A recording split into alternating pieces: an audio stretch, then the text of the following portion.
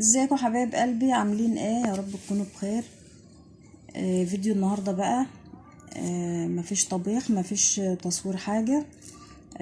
حاجه بس كده حصلت معايا، حبيت اعرفها لكم. حصلت معايا حقيقه، يعني والله ده حصل فعلا بجد معايا. طبعا الظروف اليومين دول يعني مر على كله، وما كانش معايا فلوس خالص، ما كانش معايا اي حاجه. قاعده كده في الشقه، يعني ما كانش ورايا طبيخ، ما كانش ورايا اي حاجه، قاعده فاتحه التلفزيون وقاعده بسبح بالسبحه بتاعتي. عامه السبحه بتاعتي دي، يعني دي مش سبحه، دي بنتي عاملاها لي خرز اهي. لكن انا عندي سبح تانية، انا عندي سبح تانية، بس دي بنتي عاملاها لي، فبحب اللي انا اقعد اسبح بها. وممكن اعملها زي غوشه كده في ايديا، ماشي، فاضيه، بقوم شايلاها واقعد اسبح بها. ففي اليوم ده ما كانش في حاجه اللي انا اطبخها اصلا، كنت فاضيه قاعده قدام التلفزيون وعماله بسبح واستغفر ربنا، واصلي على الرسول عليه الصلاه والسلام. فسبحان الله، يعني ما كانش في دماغي اي حاجه.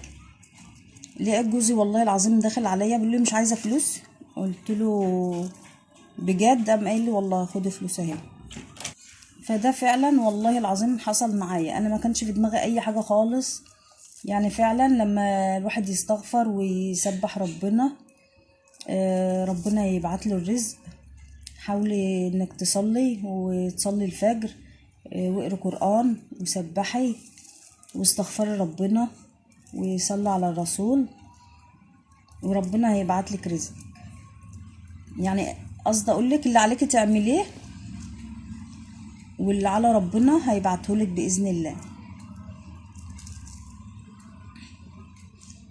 وده والله العظيم اللي حصل معايا فعلا، والله ده حصل معايا فعلا.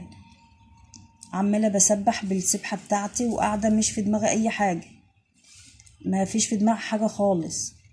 يعني ده حصل في يومها، والله في يومها. اللي علينا نعمله واللي على ربنا باذن الله جاي، ورزقكم في السماء وما توعدون.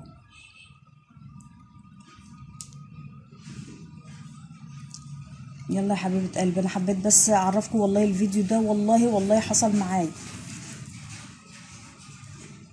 يلا باي.